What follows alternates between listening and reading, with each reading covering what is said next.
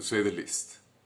This guy, he came to shul for the first time since he was a child to say Kaddish for his father.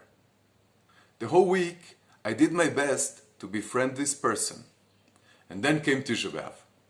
I forgot to tell him that we're not supposed to greet each other, and of course he had no idea, so he came to me and tried to give me a hug and a big smile, and I froze and I barely answered him. And it was only later that night that I realized how bad he felt about the whole situation. And in truth, there is something counterintuitive about the prohibition of greeting each other on Tisha B'Av.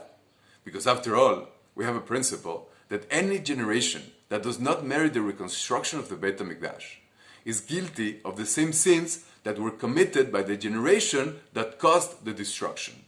And if so, it should be obvious that in order to repair the damage, we should look into the sins that led to the destruction and try to correct them.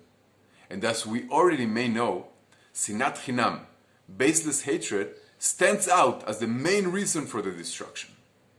Well now, if we really want to fix the baseless hatred situation, shouldn't we begin by effusively saying hello to all our friends and acquaintances?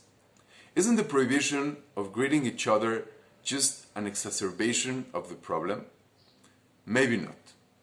Growing up in Latin America, I was taught to say hello with a big smile, even to those whom I didn't really appreciate that much. And even when there is some value to politeness, there is also a thin line called hypocrisy that should not be crossed. And by not greeting each other on Tisha B'Av, we have an opportunity to reevaluate the sincereness of our words and also the sincereness of our relationships as a whole, uprooting Sinat Hinam but from its base. Parashat Devarim is traditionally read the Shabbos preceding Tisha B'Av, and it's a rebuke in disguise where Moshe alludes to the many great mistakes of his generation. But if there is a relevant rebuke that applies to our generation, it certainly relates to the sincerity of our relationships. May it be the will of the Almighty that we merit to see the grief of Tisha B'Av turned into joy. Shabbat Shalom u'mevorach.